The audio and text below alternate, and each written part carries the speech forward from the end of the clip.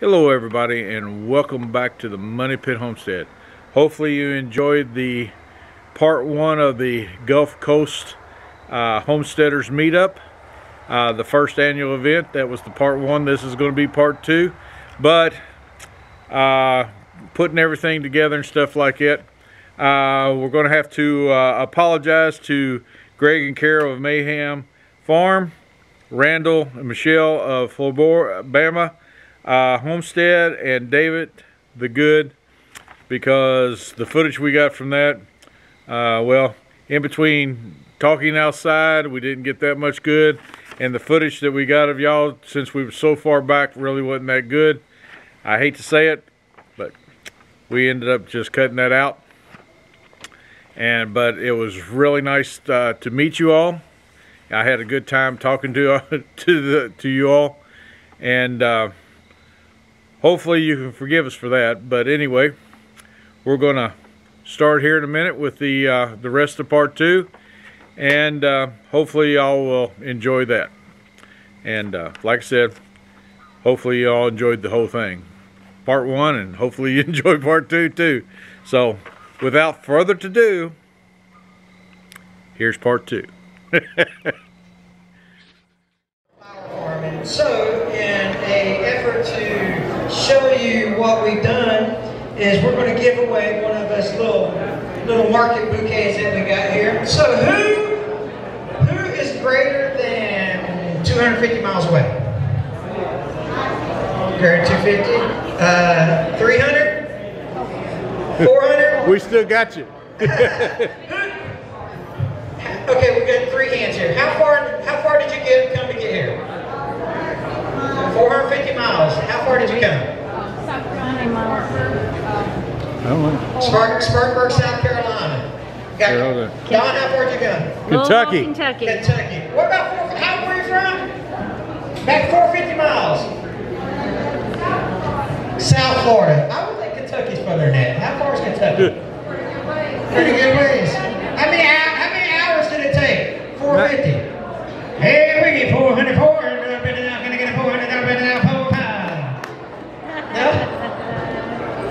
How far?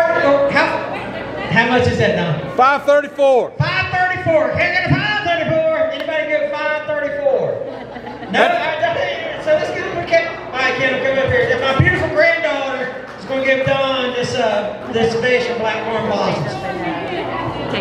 And we cut those this morning from our farm. I get this all the time on my YouTube channel. When we don't ever see you farming. I got a free one in the We're yard. flower farming, grow corn and stuff like that. So what we're going to do is I'm going to turn the mic over to my wife Gina. She's going to tell you about all the flowers and stuff. And then, if you want, we'll talk YouTube stuff. Should have. So we've got HamiltonvilleFarm is our YouTube channel. We've got 170 something thousand subscribers, and we got 100 something thousand on Facebook. So we've learned the platform's pretty good. And so if you have any questions about how to grow your YouTube channel or something like that, I'll tell you what I know, and then what I don't know, I'll pass off to Jason over at Cockhill, because he probably knows the answers as well. Anyway, so without further ado, my beautiful wife Gina. Give it up, Gina Hamilton, ladies and gentlemen. So I have to put my eyes on here. I can't see. I had to make notes. I'm not as good as you. So what I wanted to share with you guys today is how to make money on your homestead. So let me ask you a question. How many of you work outside of the homestead, like you have a full-time job? Okay. How many of you don't work outside of your homestead and you just homestead? Okay. How many of you want to stay home and homestead all day long, right? Okay. So what I'm going to speak about today is how we built businesses through using our homestead, using what we had to make money to be sustainable. So not only sustainable in growing your own food, but monetarily, right? So how do you make money? You got to pay bills. Food doesn't pay bills, right? So we, as Hank mentioned before, we have 75 acres. He was full-time Air Force, decided to retire, moved to the country, and bought 75 acres, and primarily it was wooded. So we harvested a lot of the timber and started converting a huge hay barn about just like this, shaped just like this, and we made it into our house. So the first 2 years we spent doing that. We did all the work ourselves, we built the house, and then when we finished with that, I was telling Hank one day, I said, you know, we have 75 acres, I have a little vegetable garden, you know, that I grow stuff, but there's got to be some way that the land can give back to us. There's got to be, you know, something that we can do that we can bring money into our household. And so I was on Instagram one day and I'm scrolling through there, and I don't know if any of you are familiar with Florette, the flower farmer out of Seattle.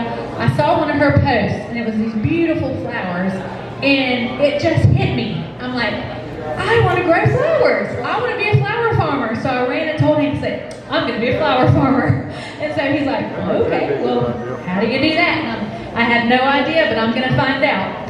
And so I started doing research, and actually took a flower farming school. And because growing flowers is different than growing vegetables. You think differently, you plant differently, and it's also growing flowers commercially is different than growing them like in your flower beds. So I had to kind of retrain myself on all that. And so I thought it was talking to me.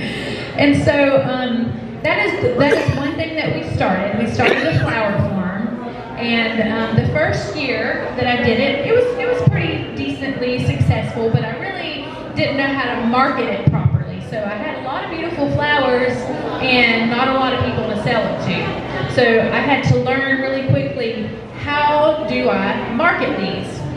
And so I realized that when I would sell someone a bouquet of flowers, the expression on their face or what they would say, it hit me that I'm not really selling flowers.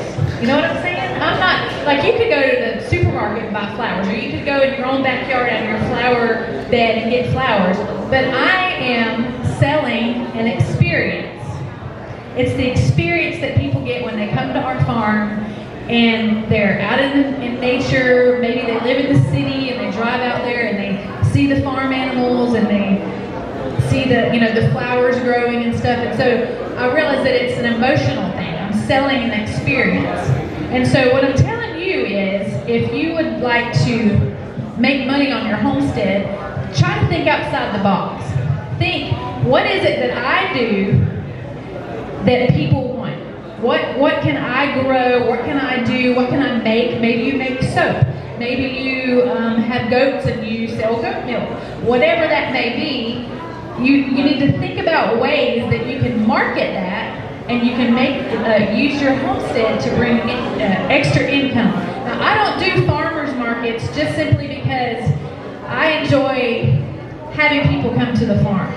So this year, I joined the Florida Agritourism Association. Are anybody familiar with agritourism?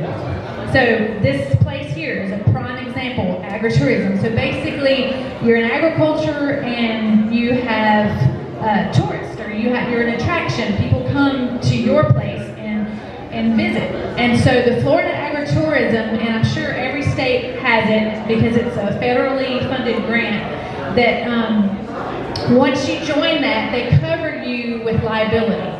So that was my main concern is, hey, I have people coming to the farm, what if someone falls and gets hurt, And so by joining the Florida Agritourism Association, they cover my flower farm with liability insurance.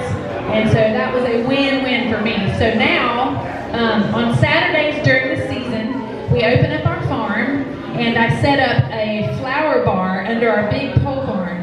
And it's everything is pre-cut. I sell them by the stem, and I have just buckets of flowers set everywhere. And then we sell our fresh eggs from our chickens, and we have about 50 blueberry bushes. So when they're in season, I package the blueberries and sell them. And basically, I've discovered that whatever I have to sell, people will buy it because it's the experience, right? It's not I'm just going to drive 30 miles up into the country to buy a bouquet. It's, hey, I'm going to visit this really cool place.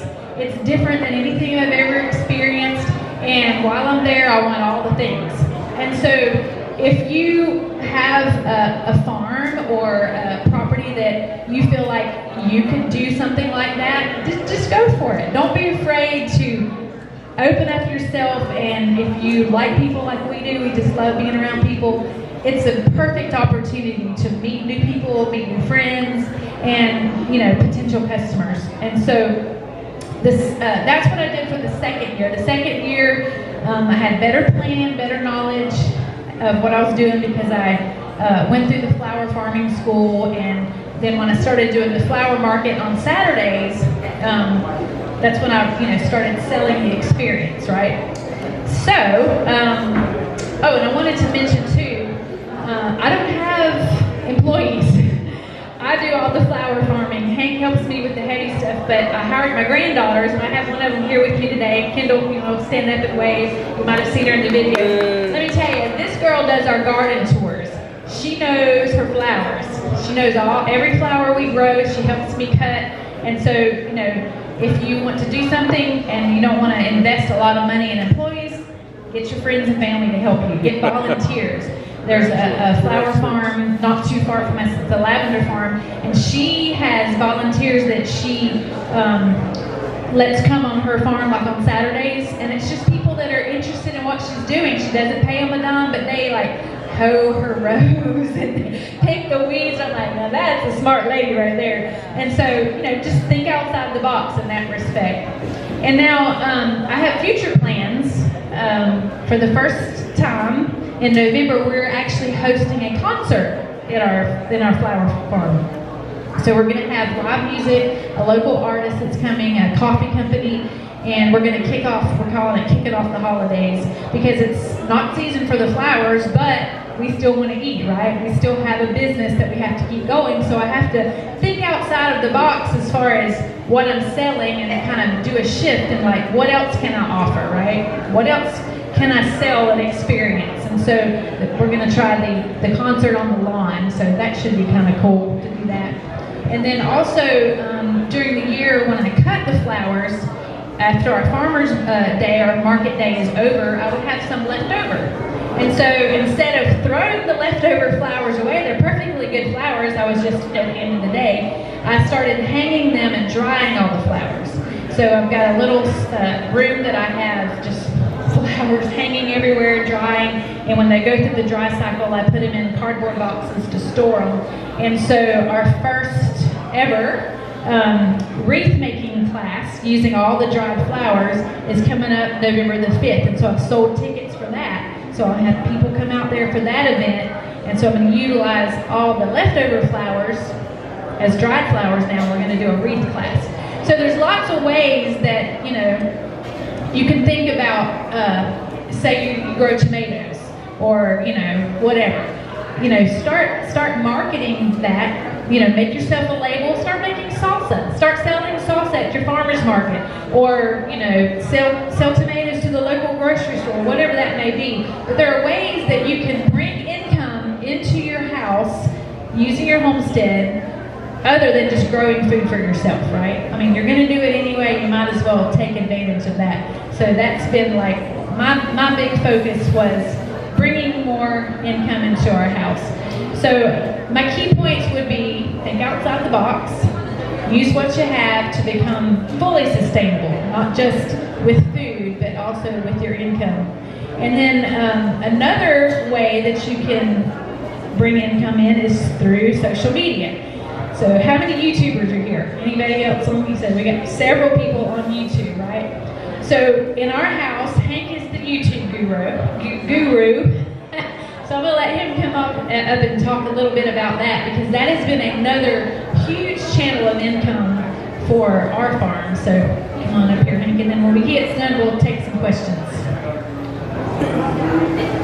Yeah, so I won't actually talk, you know, analytics and stuff like that, but when she was talking about how are we going to produce income for the homestead, well, Hurricane Michael came. Everybody remember Hurricane Michael? Not a fun time, right? Not fun at all. Well, after Hurricane Michael, I bought a tractor. And a buddy of mine said, hey, I got an idea. Why don't you teach people how to operate a tractor? And I was like, well, I don't know how to operate a tractor. It's the first tractor I ever owned. And so he was like, well, let people grow with you as you grow. And I said, okay, cool. He said, you should put those on YouTube. And I was like, I think I've watched the video on YouTube once or twice, because this was almost 3 years ago. And I wasn't big into social media and all that. Anyway, we posted a video, and it got a few views. We posted another one, we got a couple more views. And I was like, maybe I could post another one and learn how to put it the right way on YouTube. And so we did that, and it got a couple more views. But we were taking people with us on a journey about how to operate tractors. And it took off. You know, we started getting more and more viewers, we started getting more and more subscribers. And then we started realizing that, hey, I can make some money on this thing. YouTube can start paying some, you know, some dividends or get a little return on investment for us. And so we researched about the monetization part about it, and we found out that, hey, we're pretty doggone close. And when you find out that you're really, really close, then you're like, hey, you want to subscribe to my YouTube channel? Hey, you want to subscribe to my YouTube channel? You know, so, and I only need a couple more hours, a couple more subs. And we ended up getting over the threshold. But then when we saw the, you know, I think our first check was like $101 or something like that. And I was like, man, I made like 30 cents an hour on YouTube. Anyway, so I was like, well, how can we make this better? And we just started, you know, figuring out, you know, what content people like to watch, and then what worked and what didn't work. And we, you know, started using that to start bringing in more views, and it got monetized, and it got, you know, just bigger and bigger and bigger and bigger. So that's part of, and now we still use our property, just like most of you here, you make your videos on the property that, you know, you walk around your yard, or sometimes you'll do a vlog style or whatever. But using your property to bring that income into your homestead is just another facet, because eventually we all want to work for ourselves, I would think, you know, so you don't have to answer to nobody but God and you. But anyway, so that's how we've done it. We've been blessed. The Lord has blessed us like crazy, and it's been really fun. We've met a lot of good people. Met a lot of good people that watch our channel today. It's been awesome.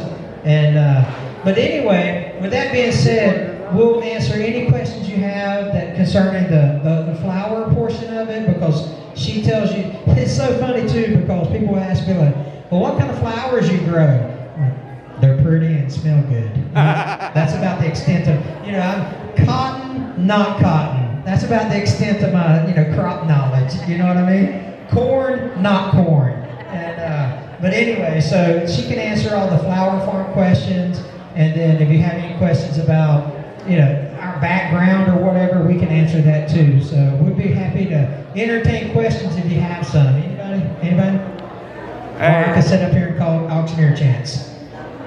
Yes, sir. Didn't you mean God, wife, and then you?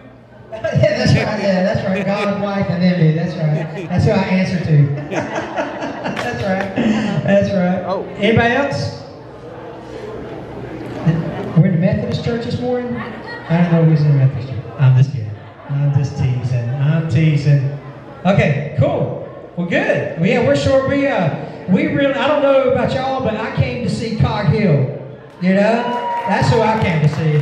But so Cog Hill will be coming up here soon, and Jason and his lovely family. If you haven't got a chance to talk to them today, man, they're wonderful people. You know, we watched them for years on YouTube, and to meet them in person is just a really, really cool deal. So Nicole, Chip, what do you guys? You want me to introduce them? Do you want me to take them? Huh? Yeah. Ladies and gentlemen, thank you for being at the Gulf Coast Homesteaders meetup. And now, the main event.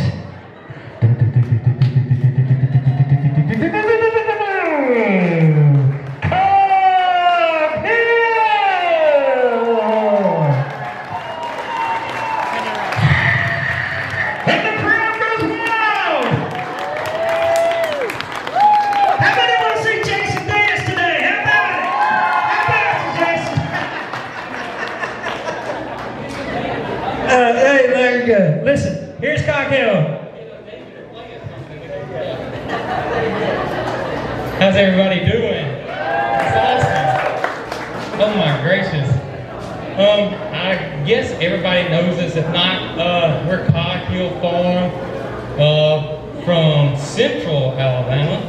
We just recently moved from our past farm that we had been in for 17 years.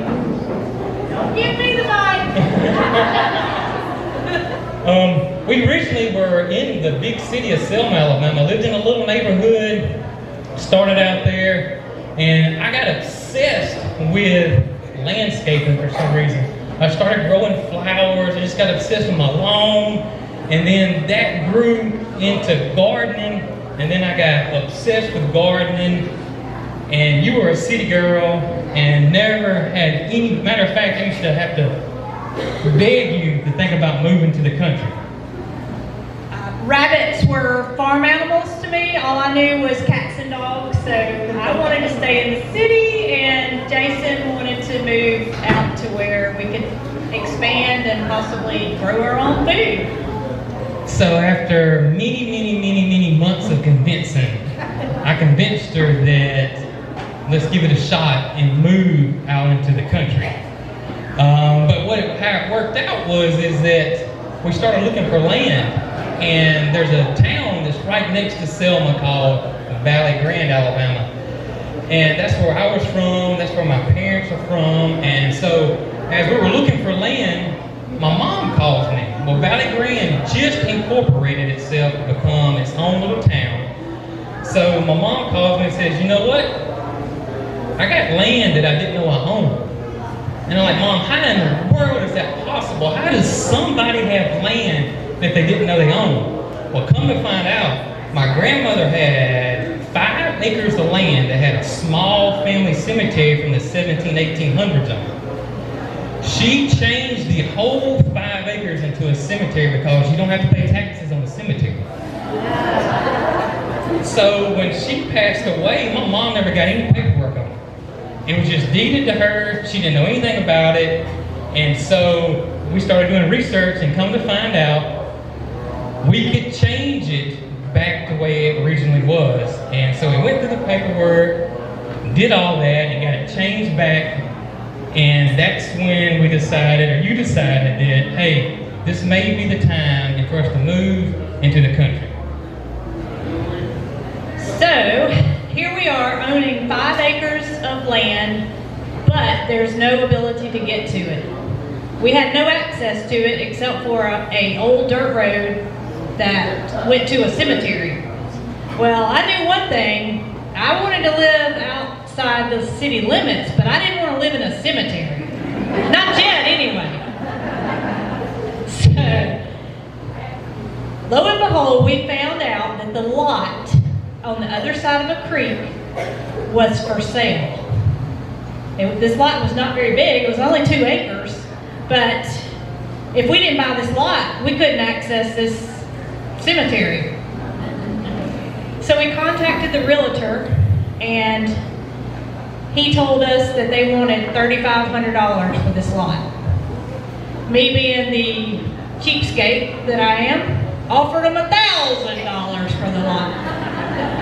Jason's thinking, she must be nuts. First of all, we gotta have this lot in order to access the property. And second of all, nobody's gonna take $1,000 for 2 acres of land. Well, phone call came and they countered. $1,500, the lot's yours. But there was another problem. There was a creek separating that lot from the cemetery. So how are we gonna get to it? We can't just, go by boat to our new cemetery.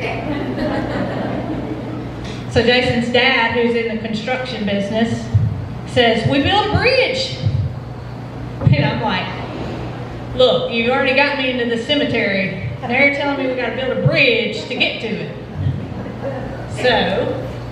Well, the creek's got really high banks. I don't know if most of y'all follow our channel. You've probably seen the old creek, and it has really, really high banks. It's like 10 or 12 foot tall. The creek's only about 2 inches deep. But it had these really high banks. And so what they ended up doing is they ended up putting a 6-foot pipe in and just covering it up with dirt. I forget how many loads of dirt we had brought in. It was a lot.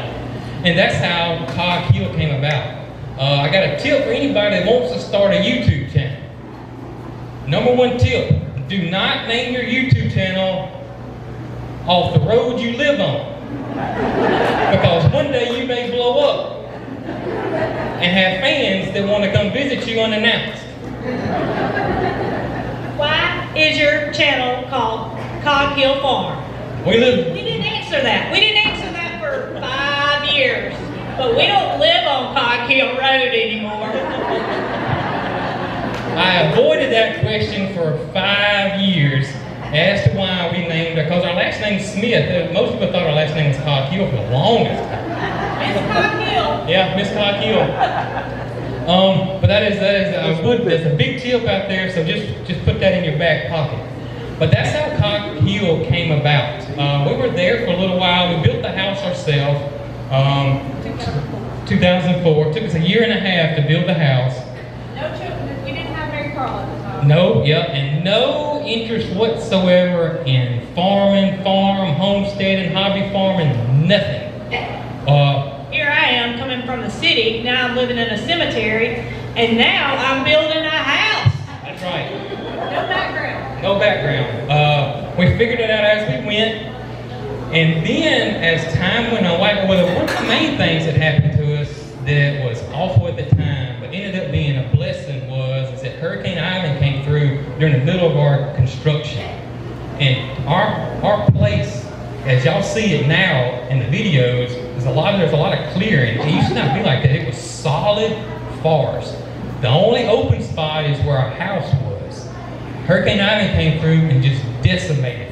It was oak trees that 4 men couldn't put their arms around. And it was probably, 2 acres that got messed up. We had to hire a full-fledged logging crew to come in to remove everything. That took months, and it opened it up. That's how the first step of Coghill Farm came about. As we started growing, or getting older, we decided things like we got interested in chickens. Our first chickens were bantams. Our biggest fear with chickens was chicken snakes. We were so scared if we got chickens, we were going to have chicken snakes, and we were petrified that we were going to have chicken snakes. Absolutely just terrified of chicken snakes. So we got bantam chickens thinking, you know what, they're small, they won't lay any eggs, they're little, the eggs are little. We didn't even eat the eggs. We just had them to have chickens, and we thought they were cute. So that kind of grew into, we decided to get goats. A man I used to work with had goats, and so we started talking to him, and they were just, brush goats. There wasn't any type of breed or anything. So we got goats, and we had goats for a while. And then Mary Carl came.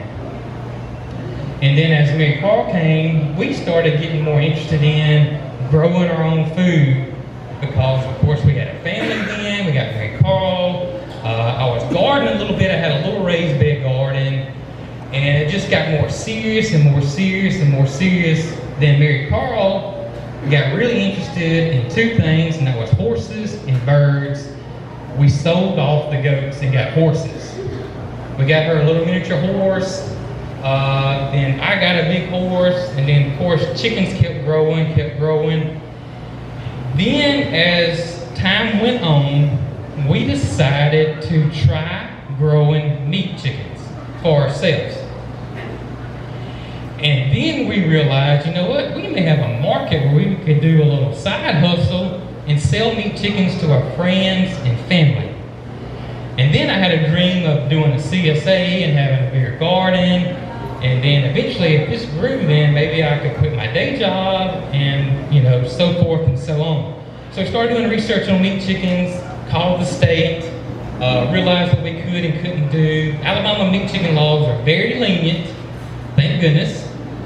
And so we got into the meat chicken business, and we learned a ton about farming and raising our own food, and we failed tremendously at first. It was terrible. I remember the first batch we grew, and we just thought they were the biggest things in the world, and they're like 1.5 pounds dressed out. We thought they were awesome. They weren't even good for making broth. But now we've got a restaurant that's dependent on us, and they're dependent on us to raise chickens that are of size where he can in turn around and make somebody a fabulous meal out of.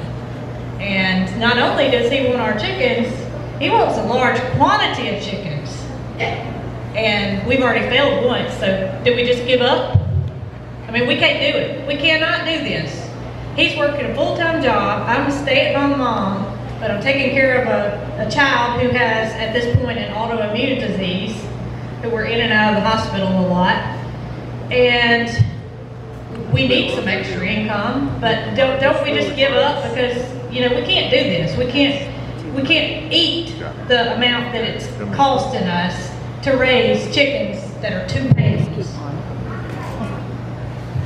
So what ended up happening is that we went from friends to family to, we got really, really lucky. There was a person that was helping us with the meat chicken business, and she quit. And she was doing it in her front yard, and she was selling to high-end restaurants. She was raising meat chickens and Joel Salatin chicken tractors in her front yard in Bessemer, Alabama, and selling to high-end restaurants and catering service. Oh Lord, you must smell freshly on there, right?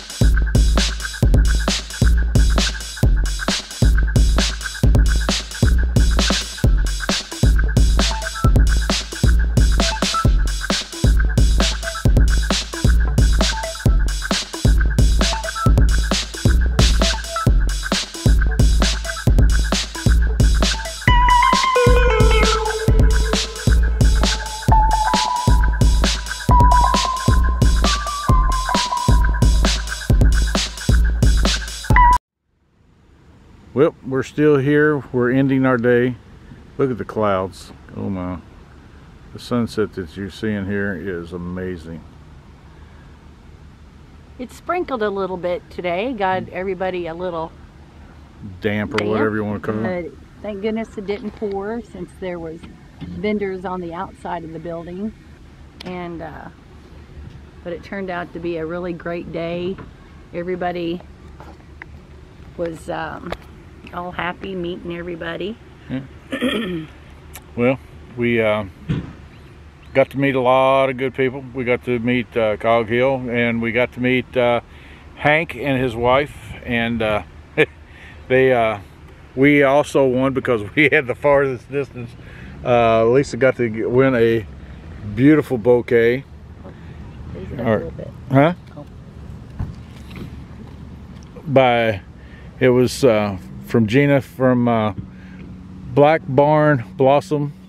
Y'all, she puts a beautiful arrangement together. It's just beautiful. Absolutely. I just everything about it is here. Let me twirl it around. I wanted to say the name real slow so I could get it right. Isn't that beautiful? But yeah, Gina's amazing. She's not only funny, but her and Hank do great on YouTube, both channels, and it's really a good team together, everything working. But anyway, we're going to end our day here. We're going to head back to Kentucky and well, drive as far as we can drive, or we may drive all the way home. You never know which one we're going to do. Yeah. So who knows what the traffic and how sleepy you get. You might want to take a nap on the way while we're driving. I can sleep while we're driving. Never bothered me before. Well, until next time, y'all, we'll let you know when we get home. Talk to you later. Well, here we are. You know, little days in. Big room. About all I can say about it.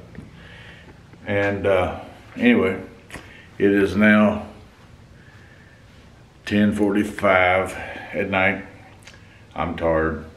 Tired. We're still in Alabama, so we decided to pull off and finish tomorrow. So that's what we're going to do. We're going to sleep. Good night for tonight. Good night. Subscribe. Well, it's almost 6:30. We woke up at 5:30, getting ready to get out of here, getting ready for the day, going home. Going home. Yeah. Anyway, I'm not even going to tell you where we're at. Wouldn't recommend this hotel. No, they are under construction, I think. If they're not, they should be. there's still splatters of paint on the floor. Yeah, there's paint on the floor. And it's fresh, but It's I used to paint for Irving H. Whitehouse, and let's put it this way, I'd have got fired. There's paint everywhere. Anyway, one thing leads to another, and we getting ready to go out the door, head home, and we may just do some, I don't know, we're not going to sightsee, we're going home. So no, we want to get home. we probably take some pictures of if we find some things that we think people might be interested in, or we might be interested in, whatever. Other than that, we're headed home. So next thing you see us, we'll be back at the homestead, farm, whatever you want to call it, but that's where we'll be. Keep coming along, because the journey still goes. Hey dear, what you doing back here? Well, we made it home. We're home, sweet home. It's Monday afternoon. It's about 2:30. We've been home for a little bit. We unloaded the car, made a few phone calls, told the people we were home, and well, here we are. It is cold. Yeah. It's cold up here in Kentucky. It is windy and very breezy. Yeah, it's no Florida sunshine. Very chilly. What happened to the warmth? It's 55 degrees and cloudy, no sun. Normally that's a pretty good temperature, but with the breeze blowing the way it is, very chilly. Yeah, very cold. But we had such a good time meeting everybody. Yeah. It hasn't all sunk in. We talked about it all the way home. How many new friends we met, and the ones that we followed, how fun it was to get to talk to them, and got a lot of treasures on our trip. Well, the bad thing is I bought some cowboy candy. Oh yeah. And left it on the counter. I was talking to when I paid him. We just walked off. I left it there. And so, I've never eaten anybody's cowboy candy. Never that had was any the reason cowboy candy. we bought it, so I could taste it, make sure I knew what it tasted like. So when I made it, it would. It's no big deal. We'll end up getting us some somewhere. Yeah, we'll make some. And, yeah. Anyway, like I said, we had a great time. It was great meeting people, and well, we'll put that in there. But yeah, we got a lot of love for some people, and so it was pretty cool. We did come back to a little bit of color in our woods, so we've got some yellows. Not a little bit, a lot. Pretty colors. A lot of leaves on the ground, and so yeah, we got a lot of. I guess while I'm at work next week, I guess she needs to have a rake in her hand and rake all the leaves off the driveway. Hey, I used to rake this driveway all the way down to the end. Yeah, but it ain't happening. I guarantee it won't happen now. Well, I'm gonna go do some laundry. And I'm gonna go feed the animals and check on them, check on the puppies, and I'll probably put a short up tonight about the puppies. So I hope y'all enjoy all the shorts and different things we put up while we were gone. And yeah, there's a lot. hopefully one of these days I'll catch up with all the videos that we've been taking in for the last 2 weeks. Had a pretty exciting October. Yeah, we went to the Homesteaders picnic and oh yeah, tell them how many miles did you say we went? well, I don't know all the miles yet. I'll have to put that in, but yeah, we've gone somewhere around 3,000 miles or more just this month alone. Over 2,000, almost 2,500 from going to Virginia to Florida, all the stuff we did down there and back home. That was almost 2,500, and then the Homesteaders thing is another. I don't know, we've been around 3,000 miles just this month alone. And he says we're not going nowhere next weekend. No, we're not. I'm staying home next weekend. I'm ready to go back to Florida. No, well, for the temperature, I'll go anytime. So anyway, hopefully you like these videos. I hope you enjoyed it. We got a bunch of pictures we'll take. I mean, that she took, I took. We're going to put them up. Sunset, amazing sunsets, and different videos. We'll put stuff like that up. But anyway, y'all subscribe. Hope you like it. Give us a thumbs up, make a comment, and we'll see you on the next one. See ya. See ya.